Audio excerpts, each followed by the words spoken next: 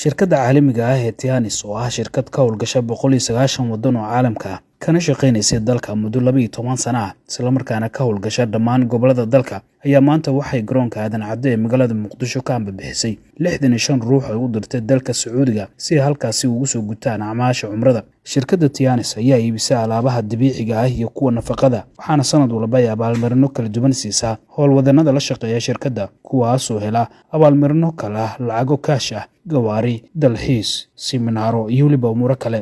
qaar ka mid ah dadka ka faa'iideystay fursadan qaaliga ah oo ay siisay shirkadda Tianis ayaa dareenkooda ka hadlay waxaana ay shirkadda iyo mas'uuliyiinta ugu mahadceliyeen sida ay ugu sahleen inay soo gutaan acmaasha umrada. حمد يوافي نعمه ويكافي مزيده وعن maanta oo taariikhdu ay tahay 30 bisha 8 iyo 5 ayaa waxaan safar u nahay oo riboorka caalamiga ee Muqdisho aan ka duulaynaa oo u duulaynaa yana umro inaan soo umreysano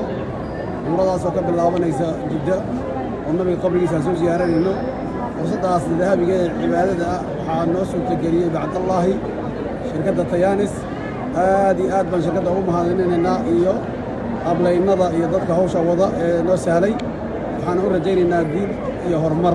wabillahi tawfiiq. Assalaamu calaykum warahmatullahi wabarakaatuh.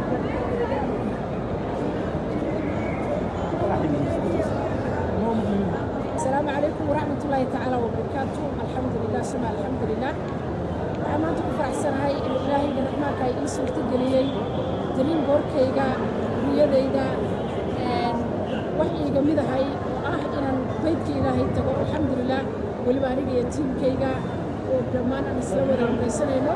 dhammaan 65 qofood oo tiimkayga ah oo aan ka dhashay oo ehelkayga ah oo maxaan ku yidhaahdaa aan asxaabnahay wada shaqayna naga dhexaysana maanta ay shirkaddeena caalamiga Tianis Company International ay noo suurtagelisay inaan dhammaanteena aan baydka ilaahay ku wada kulanno alxamdulilah suma alxamdulilah ilaahay baa mahad u sugnaatay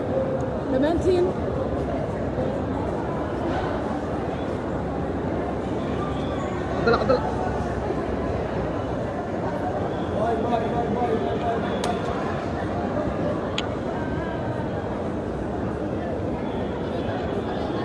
shirkadda Tianis ayaa sanadkan bilowgeedii waxay 100 qof ku guddoonsiisay gawaari kulan ka qabsoomay gudaha magaalada Muqdisho halka bishan dhexdeeda ay qaar ka mid ah heleen dalxiis kuwa kalena ay aadeen dalalka caalamka ah sida Malaysia iyo Imaaraadka Carabta. aadan alxam TV Shabeelle Muqdisho.